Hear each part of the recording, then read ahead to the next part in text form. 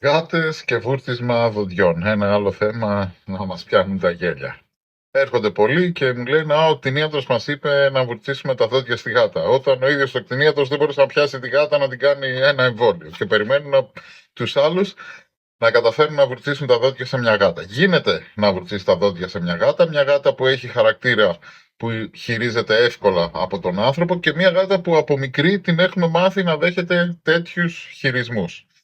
Θέλετε να προσπαθήσετε. Το αρχικό που πρέπει να κάνετε είναι να προσπαθήσετε να καταφέρετε να δεχτεί η γάτα σας με το δάχτυλό σας να αγγίζετε τα δόντια σας. Αν το δεχτεί αυτό, ελάτε να σας πω παραπέρα τι θα κάνετε.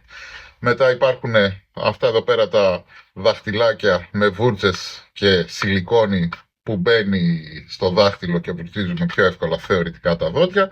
Αυτό βέβαια προϋποθέτει μια γάτα να το δέχεται αυτό το πράγμα, που σας το λέω από εμπειρία είναι κάτι αρκετά σπάνιο.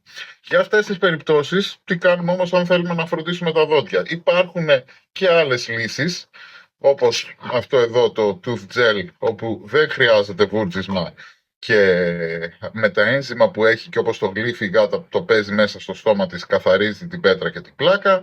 Υπάρχουν λιχουδιές όπως οι πλάκοφ, είτε σκληρές είτε μαλακές είτε σε σκόνη, με άλγη από τις σκανδιναβικές ακτές που διαλύει την πέτρα και την πλάκα.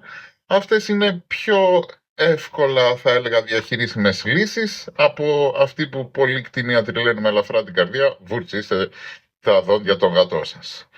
Εσείς έχετε καταφέρει να βουρτσίσετε τα δόντια τους ή έστω να δέχονται το δάχτυλό τους εκεί?